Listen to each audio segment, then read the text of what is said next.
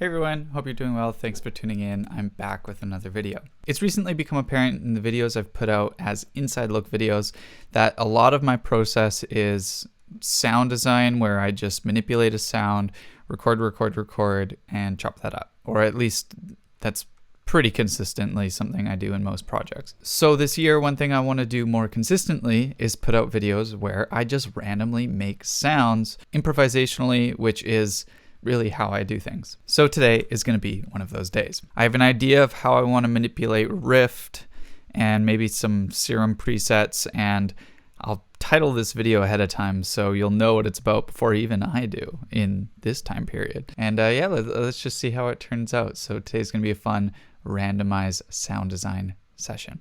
Before I get into the video, if you want to support the channel and keep seeing videos like this, my Bandcamp is going to be in the description of this video. Paying what you want for the music is just a great way to keep me going and allow me to keep doing things, especially while shows continue to be unsafe. Without further ado, let's do this. So I'm just grabbing Serum as a source here. Most of the sound that I'm going to try and achieve, or at least what my goal is to play with Rift, which is a new distortion plugin I've been really liking. And specifically, what I've been liking about it is in the filter section, or at least what I'm excited to play with today, you have the ability to tune things to specific keys or scales. So for example, if we go in here, I can just tune this filter's cutoff point to E minor. So if this is correct, this cutoff will lock to notes that are in the key of E minor. You can really hear how steppy it is in the lower register.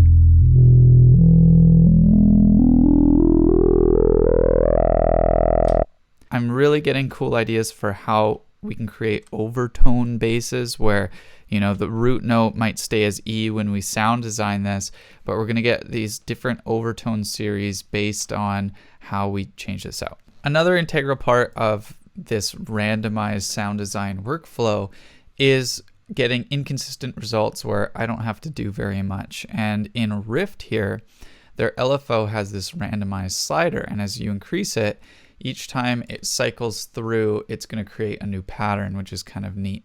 Now, what's also really cool about this, it can be pretty fluid, like, you know, sine wave based, rounded, or you can go quite hard with this, which is kind of neat. So if you increase this value, it becomes a lot more steppy, which might be more beneficial for this cutoff point. We'll see. So let's see what results we can get just with a saw wave. We'll change the patch. So we're going to set our tempo. I like to set whatever tempo I imagine this type of sound working at, so that when I am inputting rhythms, at least it will be related. Sometimes if I do sound design at the standard 120 and then I try and put something in put something into say 150, it might not work very well because I designed it to be slower. So sometimes I like to design it faster so that it will work in said context. So we're going to start at 150 and we're going to start moving this cutoff point.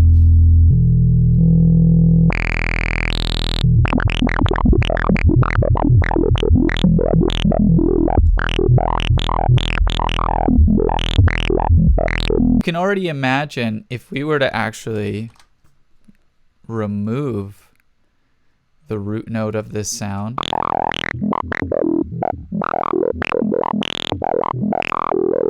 and you were to even just resample that and then kind of cut that up, already you have a lot of potential because it's theoretically scaled. And then what if we get one of the slower modulating points to change this more filter quite slowly.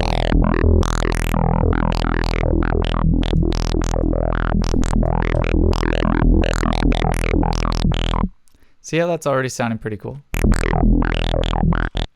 So now I'm going to go back into Serum and I'm just going to pick a patch that I had in mind to work with this. So this is just a pretty harmonic kind of standard comey wobble in Serum. I mean, if we just had the wavetable and some effects, that's pretty basic. And all the tone is really coming from this comb filter, key scaling, and hitting the harmonics just right. And then I also had this noise, which is a synth that is hitting the fifth above.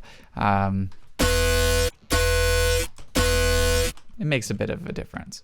Now, because that has such a nice overtone series, I thought those overtones would play really nicely with these filters.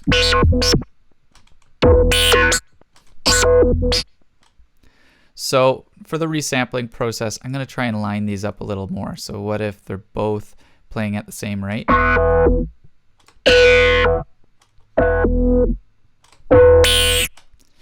And maybe we don't need the snap feature anymore.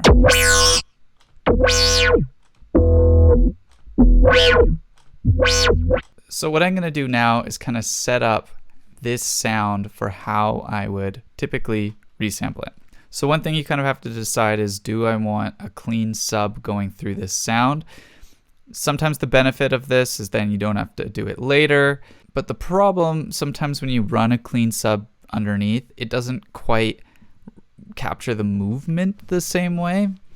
That being said, I think I will in this case, just because this flutter is going to be so wild. So what I'm going to do is I'm going to chop the sub out of this.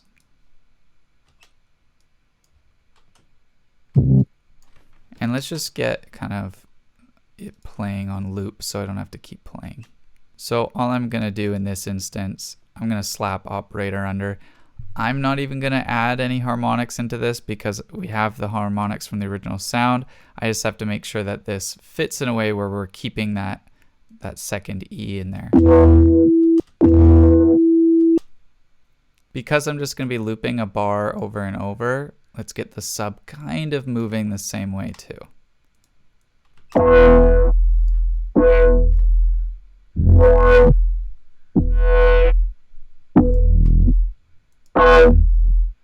Again, I'm not going to low pass the sub because we're just using a plain sine as well. So we're just going to let the sine wave go through, let that cutoff get the next E in there just so we're getting that second harmonic since the sub isn't generating that.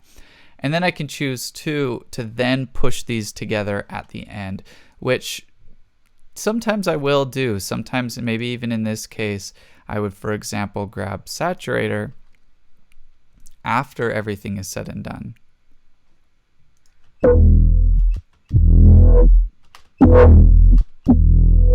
And push things together. Now I'm also, now that the sub and midtones are kind of have the opportunity to combine, I'm going to put OTT here and I'm going to move this cutoff up. So the OTT is kind of squishing the mid band and the sub together. Again, getting a bit of that movement back together.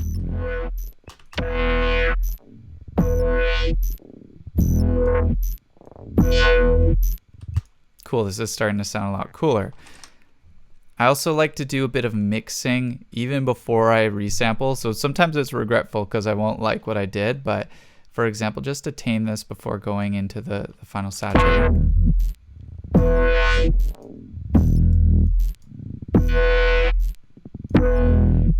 And then one final decision, do I want any sort of reverb on there?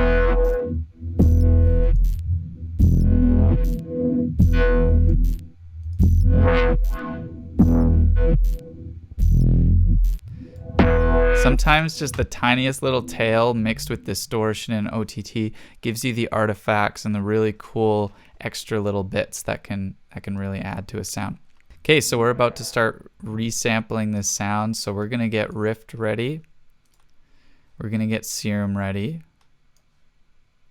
And that's it in this instance. Now, sometimes what I like to do, and I will do this in this instance, is I also like to add some additional random effects after that may edit the sound further without my liking. So for example, I have this preset here called glitch takes, which every once in a while variably will glitch the sound. I'm gonna keep that pretty low, but sometimes it's fun it'll just catch onto a little tail and like repeat it, and that will trigger an idea I never had when I cut this up in the context of a track. There. Okay, so now what I'm gonna do is I'm gonna resample this.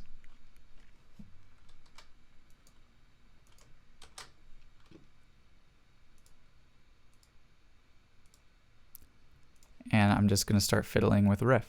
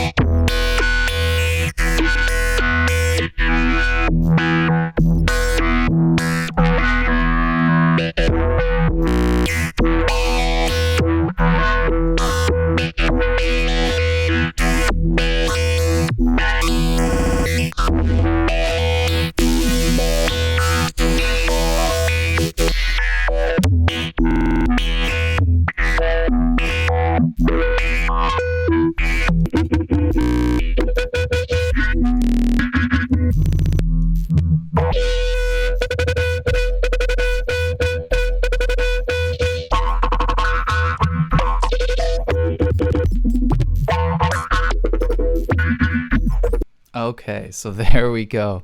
That was just an insane amount of really cool sounds. Now, what would I even do with something like that? Well, first of all, I know that I recorded that at a root note of E. I never changed it. It was just a solid E, which makes that really easy to throw back in a sampler or just chop. I really love chopping. So let me just, for the sake of time, find a beat loop that we're going to work to. And now with our bass loop that we're going to start chopping for fun, because we just switched the time on it, let's quantize this and let's put that in forward-facing beats mode as well. And let's make sure the warping's right on it. And now you can see the power of this. So again, if I want, I could throw this into samplers so I could do more melodic things with it. But I sometimes like to just work in audio, pitch it around, chop it up, and just see what we can find.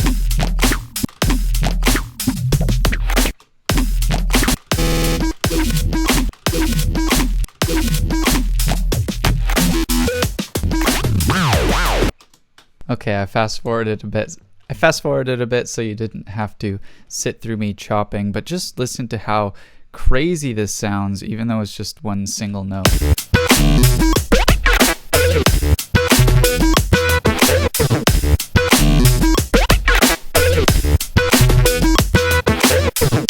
So one thing you may be wondering is, why is this so rhythmic even though the audio samples don't look so rhythmic? Well, it had to do with that quantizing I did. And what I ended up doing while I was scrolling through the samples is some of them are actually double the length. And because things were quantized and they're in forward-facing beats mode, it's grabbing onto those warp markers and it's chopping the sound for me. So as I scroll through the sound, there's already these rhythmic chops designed into it.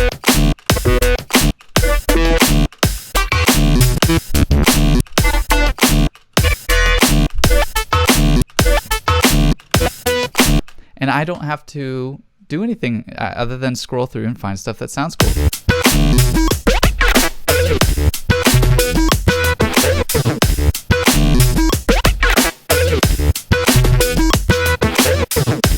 And obviously at the end I could, start to edit things a little tighter. I could easily go in and just start to vary different parts.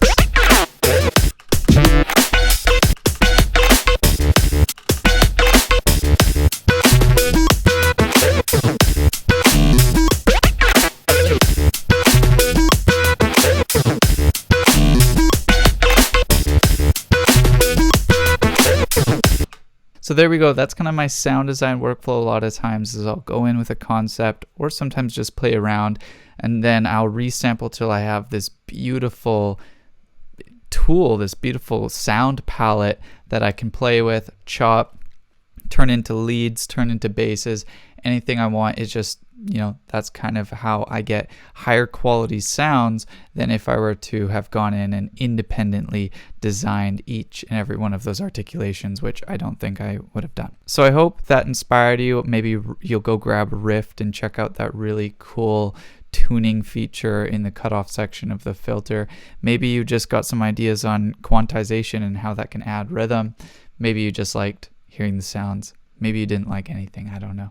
But I appreciate you listening. Thanks again, I hope you have a good one. If you want to support the channel, check out my Bandcamp. You can purchase the music for Pay What You Want. That helps me continue making videos like these. And I will be back soon with another video. Thanks.